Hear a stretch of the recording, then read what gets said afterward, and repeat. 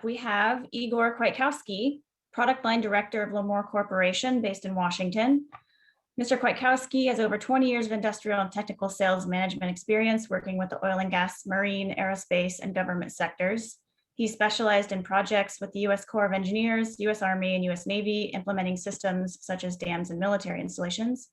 Igor recently joined Lamor as the product line director, responsible for the Harbo systems line in the recently established Lamor Rapid Response Division. So surprise everybody, he's not with Harbo anymore. And today he's going to be discussing T6 multi-use boom and rapid response package, which is a strategic cooperation between Harbo and Lamor. And Igor, your presentation is up, but your video is not. If you want it to be. Oh wait, do you want me to turn on the video too? You don't have to, it's up to you. Okay. I just think it always takes up some bandwidth. So I'm always, because the presentation has videos, I always, and nobody necessarily needs to see my face, but. It's your choice. All right, okay. The floor is yours, thanks. Thanks so much. So yeah, Lindsay introduced, okay. So Lindsay kind of, brought out the nice surprise. As of this year, the Lamor Corporation acquired the exclusive rights to Harbo Technologies products. So we are now a part of Lamor. And as Lindsay said, we're part of their Rapid Response Division and just an additional tool in their already pretty strong response and solution portfolio. But I'll get to how we fit in there a little bit later in my presentation. I'm actually going to start this out with a small little case study. I really like the sentiments in Kevin's presentation. A lot of the stuff that he says, I often say when it comes to my presentations. And this is a great example, especially in light of what's recently happened out at the Chevron facility. But we had a refinery here in the States, about 150 K barrels a day. They were pretty well staffed, including Osros, and they have about 9,000 feet of traditional boom vessels, boats, and other solutions when it comes to their regular oil spill response. I demonstrated our Harbo system with them, and I was late for a flight, so I ended up leaving a couple of cartridges there. And I told them, hey, I'll be back in a month or so. I'll pick them up. And then, I said my goodbyes. At 3 o'clock in the morning on a holiday weekend, they had a small spill. And instead of grabbing the traditional technologies that are available to them for response, they decided to use our cartridges that at that time weren't even paid for and deploy really quickly. From the moment they got the call to the moment where they had the oil spill contained, it took them about 15 minutes. And this is where it happened. As you can see, it's a small slough. They actually even took it one step further because while they were manually deploying it over that bridge, they deployed the Harbo boom and added a absorbent boom together to make it for an easier deployment. So as we can see, and many of the presenters have the same sentiment, is that a lot of these oil spills can turn into major disasters. Long response time, equipment's not handy enough, personnel needs to be trained, and so on. And so our mentality behind the Harbo boom was to improve that responsiveness. You look at all the spills that are going around, not only in the States, but in the world, and a lot of them have the same issue: is how do you get equipment fast enough out there? How do you get people fast enough out there? How can you contain that spill fast enough? And one of the things that we see is that a solution like the Harbo boom can be provided essentially as a standby at every location. I call it the fire extinguisher for the oil spill response. Many of the technologies that we've heard of over the last few days are what I call collection technologies, booms that are designed for post-spill.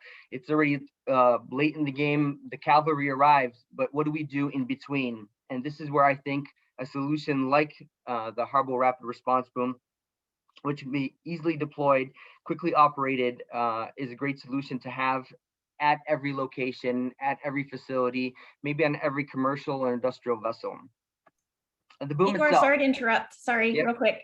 On our end, it looks like you have a window that's over top of your presentation screen and it's cutting off some of your images. If you could minimize that, maybe we Oh, I can wonder if see. it's the countdown. Is that better? Yeah, if you could drag that as far to the top as you can. Oh yeah. Perfect. So I don't see the counter now, so you're gonna have to yell at me when my time is up. Got it. Thanks. No worries. So the Harbo boom, it's the world's lightest and fastest boom. It was designed in mind for 1 to 2 people to deploy. Features are no ancillary equipment needed. So it doesn't need air, it's not mechanical. You just drop it in the water and it'll deploy. It's designed to be deployed by 1 person. It's designed to be carried by 1 person. For safety's sake, we will recommend 1 to 2 people deploy. It's unlimited in length, which means it's modular. You can constantly add cartridges as you go. In today's society, very big for us was it's very easy and safe to use. There's no tools required. It's not very heavy. You're not going to hurt yourself operating it. And it can be deployed pretty much from anything. We've deployed from vessels, vehicles, from the shoreline, or in some cases, even directly from aircraft. And then important though, it's strong, robust, and durable. It's the equivalent of what I call a 12-inch boom, or what the industry calls a 12-inch boom. The differences though is it has a A-frame roof shape, which you can see on the right-hand side. And what this does is it works with the wind versus against it. So it provides some wind resistance, which doesn't push that boom over.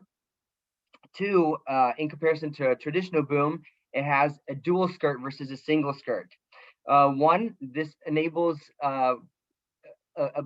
this prevents entrainment, but also enables the boom to be able to collect oil in both the horizontal and vertical shapes.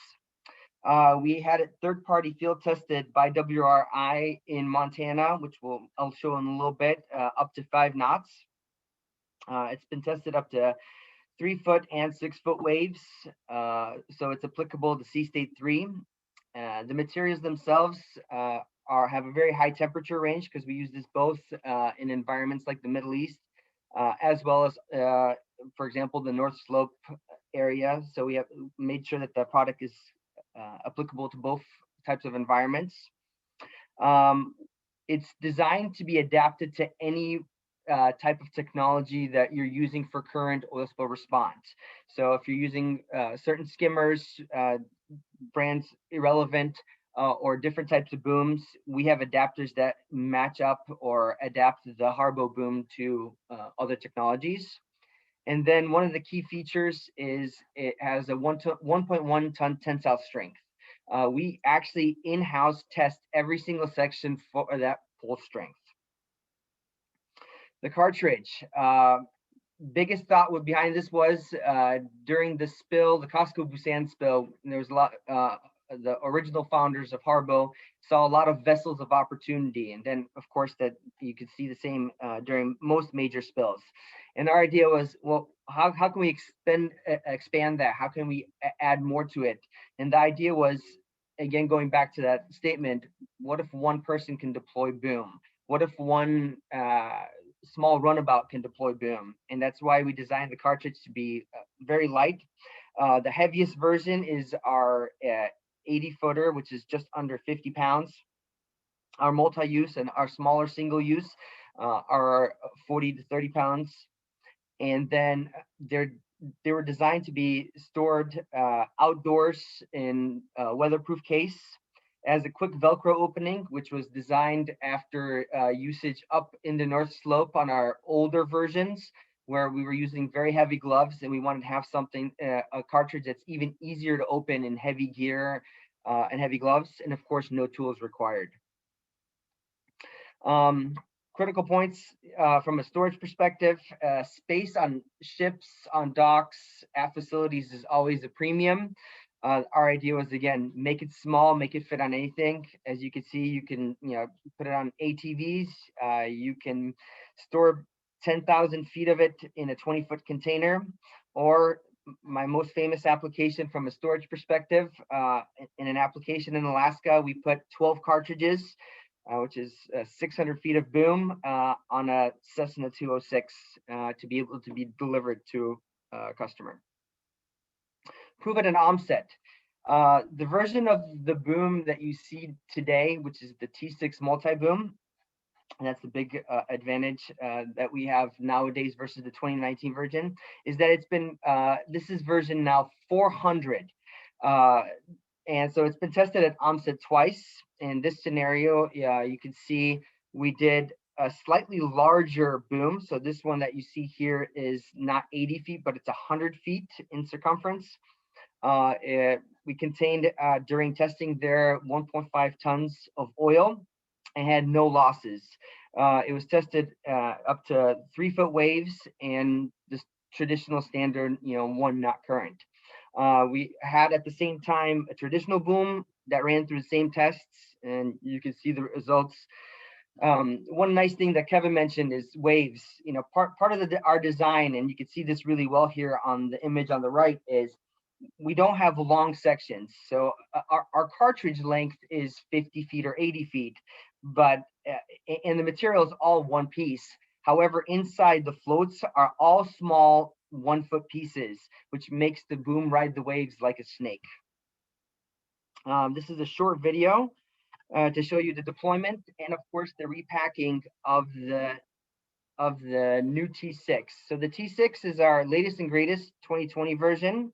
And we listened to a lot of our customers out there, which said, hey, it's really expensive to have this boom as a single use. So we designed even a more robust and stronger unit that's you can use over and over. It's patchable, it's fixable. So if you do tear it somewhere, we have a patch kit that we offer for it. But it's even easier to deploy and stronger than the previous version. Marcus here is setting up the deployment. So just like a traditional boom, you want to make sure you rope it off.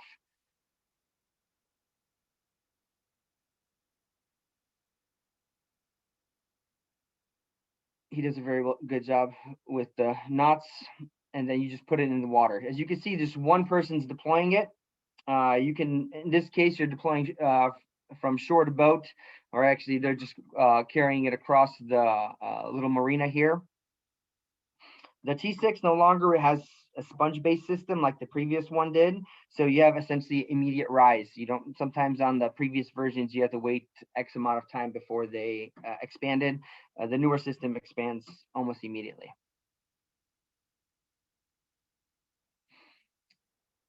And that's what it looks like in its full form. The nice thing is it's easy to tow, so you don't need a lot of equipment.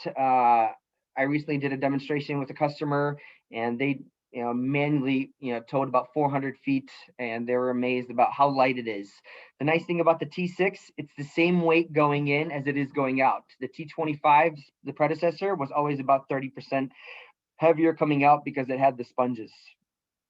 It's a quick ASTM based quick connector designed to be able to connect in a matter of seconds in different types of sea states, as well as it with heavy gloves. And you can see here the differences in the system. So now we have a spring based system, no more sponges. And we actually have a metal frame and rods that go through the skirts, which actually provide a more robust and drop the skirt down even further into the water versus the previous sponge system, or the predecessor sponge system. And now the beauty, the repacking. So the deployment, as you saw, took about a minute to deploy 50 feet. And now you will see Marcus repacking it. Again, one person job. You can repack it directly into the box.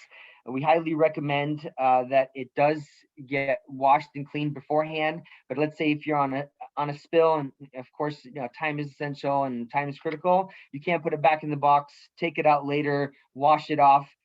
We actually do include a tarp that we have with every single cartridge, so that way you're not dirtying your work area, as well as a bag that you could put into the cartridge in case the boom is soiled and you can't clean it right then and there.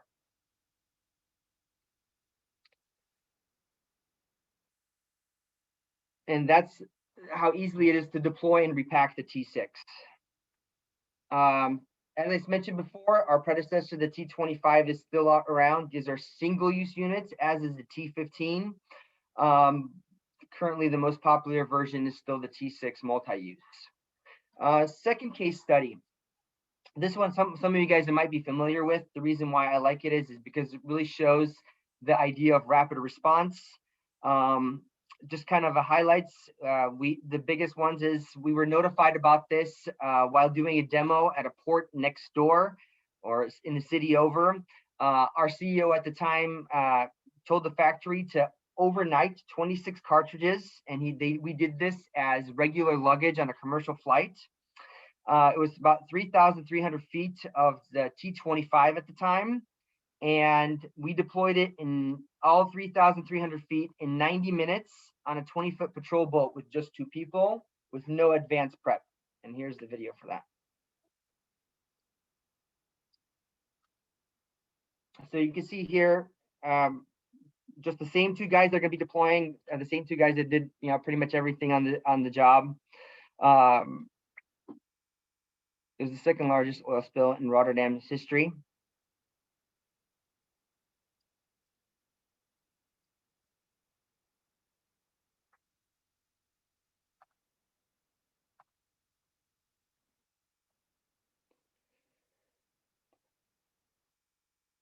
So that's the boat we deployed from.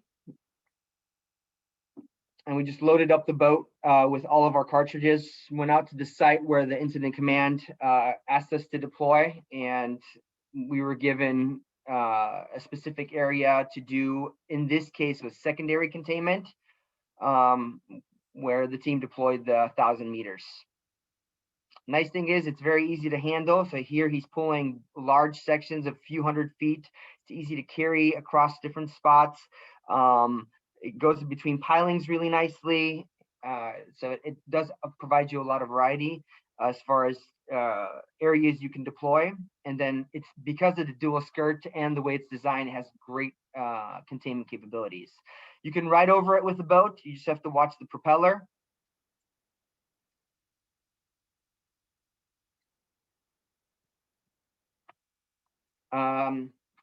The other thing since the last technology workshop is we really wanted to get a better feeling from a third party, especially, how does our system work in higher speeds?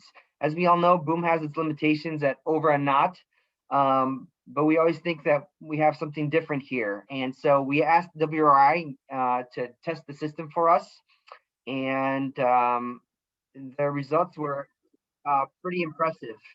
So we did this in Montana. The water was 3 to 5 knots. We started with just kind of a shoreline protection, and then we went into the traditional inland waterways response, so with a high line. And this is where the boom shined, because it allowed for vertical and horizontal containment. Thank you, Elastic. We deployed it with a boom vane. Works just as well as you would with traditional boom. And so you can see here right now, for example, it's on its side, but because the second skirt is in the water, you're still collecting oil in the unit or in the system.